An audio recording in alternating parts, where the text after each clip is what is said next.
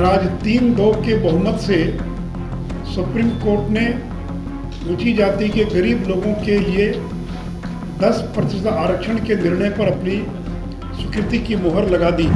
संसद में पेश किया गया तो राष्ट्रीय जनता दल ने इस संविधान संशोधन विधेयक का विरोध किया। रघुवंश बाबू चाहते थे कि विरोध न करे पार्टी। उन्होंने कहा भी कि पार्टी ने बहुत बड़ी गलती की है दिया, और कहा कि आर्थिक आधार पर भी आरक्षण दिया जा सकता है। बिहार के उप मुख्यमंत्री रहे सुशील मोदी लगातार बिहार के महागठबंधन की सरकार पर हमलावर दिखते हैं। एक बार फिर से राजद पर उन्होंने जमकर हमला बोला है। वहीं उन्होंने कहा है कि राष्ट्रीय जनता दल स्वर्ण समाज से कैसे वोट मांगेगा। वहीं उन्होंने कहा है कि जब स्वर्ण समाज को समर्थन करने के बाद राजद के सामने आई थी बात, तो वहां पर राजद विरोध कर रही थी। बीजेपी सांसद सुशील मोदी ने बयान में यह भी कहा है कि सुप्रीम कोर्ट का ऐतिहासिक फैसला आज आ गया है। 2019 में नरेंद्र मोदी ने ऊंची जाति को जो है उसमें गरीब जो लोग रहते हैं उनको 10% आरक्षण दिया था, जिसको देखते हुए सुप्रीम कोर्ट में इस कानून को चुनौती दी गई थी, जिसको देखते हुए आज सुप्रीम कोर्ट में जो है इस पर सहमति मिल गई है। संविधान की धारा 15 और 16 के अलावा एक नई धारा 6 दर्ज की गई है, तो वहीं जिसमें ऊंची जाति के गरीब लोगों को आरक्षण देने का नियम है। आरजेडी ने इसका विरोध लोकसभा और राज्यसभा में भी किया था। तो वहीं बता दें आपको कि इस कानून को लेकर जब मतदान हुआ था तो राजद के नेताओं ने इसके वोटिंग में विरोध किया था। तो वहीं बता दें आपको कि आम आदमी पार्टी के जो लोग थे इसके वोटिंग में हिस्सा नहीं लिए थे। तो वहीं बता दें आपको कि जिसको लेकर सुशील मोदी ने खूब तंज कसा, वहीं तमाम बातें कह दी है। वहीं उन्होंने साफ कहा है कि राजद बिहार में भूरा बाल साफ करने की बात करने वाली पार्टी थी, जिसको देखते हुए राजद ने उच्च जातियों का विरोध इस नारे के साथ किया था बिहार में। तो वहीं रघुवंश प्रसाद ने जो है इस बिल का विरोध करने से मना किया था, मगर रघुवंश प्रसाद का क्या हाल है जो राजद ने किया वो जनता सब जानती है। सुशील मोदी ने सीधा सीधा राजद पे तंज कसा। वहीं क्या कुछ कह रहे बिहार के पूर्व उप मुख्यमंत्री रहे सुशील मोदी, वो सुने आप लोग। आज सुप्रीम कोर्ट का एक महत्वपूर्ण और ऐतिहासिक फैसला आया है। आपको ज्ञात है कि 2019 में नरेंद्र मोदी जी की सरकार ने संविधान में संशोधन कर ऊंची जाति के गरीब लोगों के लिए 10% के आरक्षण का प्रावधान किया था, और इस मामले को सुप्रीम कोर्ट में चुनौती दी गई थी। और आज 3-2 के बहुमत से सुप्रीम कोर्ट ने ऊंची जाति के गरीब लोगों के लिए 10% आरक्षण के निर्णय पर अपनी स्वीकृति की मुहर लगा दी है। मित्रों, उस समय भी श्री नरेंद्र मोदी जी ने कहा था कि SC, ST और OBC के आरक्षण में किसी प्रकार की कटौती नहीं की जाएगी। यानी जो हम 10% का आरक्षण दे रहे हैं, ये SC, ST और OBC के आरक्षण को में बिना किसी छेड़छाड़ किए, बिना किसी प्रकार की कटौती किए और ऊंची जाति के गरीब लोगों के लिए आरक्षण दिया जा रहा है। आपको मालूम है कि संविधान के संशोधन के द्वारा संविधान की धारा 15 एवं 16 में एक नई उपधारा 6 जोड़ी गई, जिसके द्वारा ऊंची जाति के गरीब लोगों के लिए और ये आरक्षण का प्रावधान किया गया था। मित्रों, इस अति महत्वपूर्ण संविधान संशोधन विधेयक को जब संसद में पेश किया गया तो राष्ट्रीय जनता दल ने इस संविधान संशोधन विधेयक का विरोध किया। राष्ट्रीय जनता दल ऊंची जाति के गरीब लोगों को आरक्षण दिए जाने के विरोध में थी। राज्यसभा में श्री मनोज झा और लोकसभा में श्री जयप्रकाश यादव, इन लोगों ने इस बिल के विरोध में, इस आरक्षण के विरोध में भाषण दिया, और केवल राष्ट्रीय जनता दल ने ऊंची जाति के गरीब लोगों के 10% आरक्षण का विरोध ही नहीं किया, बल्कि विपक्ष में मतदान किया। राज्यसभा में 7 लोगों ने विरोध में मतदान किया, जिसमें 3 राष्ट्रीय जनता दल के लोग थे, और लोकसभा में 3 लोगों ने विपक्ष में मतदान किया, जो राष्ट्रीय जनता दल के लोग थे।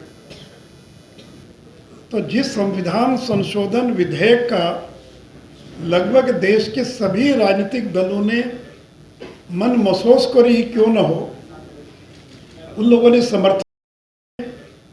मन महसूस कर ही क्यों न हो, उन लोगों ने समर्थन किया, वही राष्ट्रीय जनता दल ने ऊंची जाति के गरीब लोगों के आरक्षण का केवल विरोध ही नहीं किया बल्कि विरोध में मतदान करने का काम किया। और आम आदमी पार्टी जो आज गरीबों का मसीहा बन रही है, यह वॉकआउट करके चली गई, यानी इसने वोटिंग में हिस्सा नहीं लिया। और मित्रों, जब बिहार सरकार ने बिहार के अंदर भी सरकारी सेवाओं में और शैक्षणिक संस्थाओं में 10% के आरक्षण का बिल लाया विधानसभा में, ये 18 फरवरी 2019 को, तो राष्ट्रीय जनता दल और माले के लोग वेल में चले गए, हंगामा करते रहे ताकि बिल पारित न हो सके और इस बिल का विरोध करते रहे। और नीतीश जी ने उस दिन विधानसभा में ये कहा कि रांची से इनको निर्देश मिला है इसलिए विरोध कर रहे हैं। रांची से निर्देश मिला मतलब लालू जी जेल में थे, तो लालू जी का निर्देश मिला इसलिए ये लोग और विरोध कर रहे हैं। और अंत में ध्वनि मत से ये बिल पारित हुआ। यद्यपि विजय चौधरी ने कहा कि सर्वसम्मति से पारित कर रहे हैं, लेकिन राजद के लोग और माले के लोग वेल में आकर लगातार विरोध कर रहे थे। उन्होंने मतदान में भाग नहीं लिया बल्कि व्यवधान पैदा करने का काम। के अलावा 29 जनवरी 2019 को जिग्नेश मेवानी के साथ तेजस्वी यादव का दिल्ली में कार्यक्रम था, संविधान बचाओ सम्मेलन, जिस सम्मेलन का आयोजन किया गया था ईडब्ल्यूएस के आरक्षण के विरोध में। तो मैं केवल आपको ये बताना चाह रहा हूँ कि राष्ट्रीय जनता दल सवर्ण विरोधी मानसिकता वाली पार्टी है। ये राष्ट्रीय जनता दल वही है जो एक समय में कहती थी भूरा बाल साफ करो। भूरा बाल का मतलब आपको मालूम है, भूमियार, राजपूत, ब्राह्मण, लाला, तो भूरा बाल साफ करो। और इसी मानसिकता का परिणाम है कि इन लोगों ने लोकसभा में, राज्यसभा में और विधानमंडल में भी जब ये बिल पारित हुआ, इन लोगों ने इसका विरोध किया। रघुवंश बाबू चाहते थे कि विरोध न करे पार्टी। उन्होंने कहा भी कि पार्टी ने बहुत बड़ी गलती की है इसका विरोध करके। और आपको मालूम है कि रघुवंश बाबू को किस तरह से अपमानित होकर राष्ट्रीय जनता दल से एम्स के बिस्तर से उनको त्याग पत्र देना पड़ा।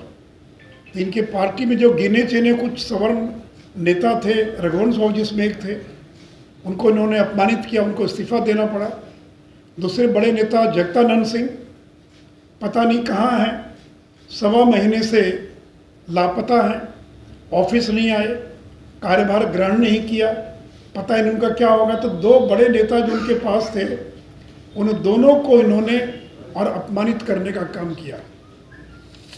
और मित्रों, ये कांग्रेस पार्टी जो है, ये कांग्रेस पार्टी शुरू से सवर्णों की राजनीति करती रही, लेकिन कांग्रेस का ये हाल था कि जब नरसिंहा राव देश के प्रधानमंत्री बने, उस समय 25 सितंबर 1991 को नरसिंहा राव की सरकार ने ऊंची जाति के गरीब लोगों के लिए 10% आरक्षण का प्रावधान किया।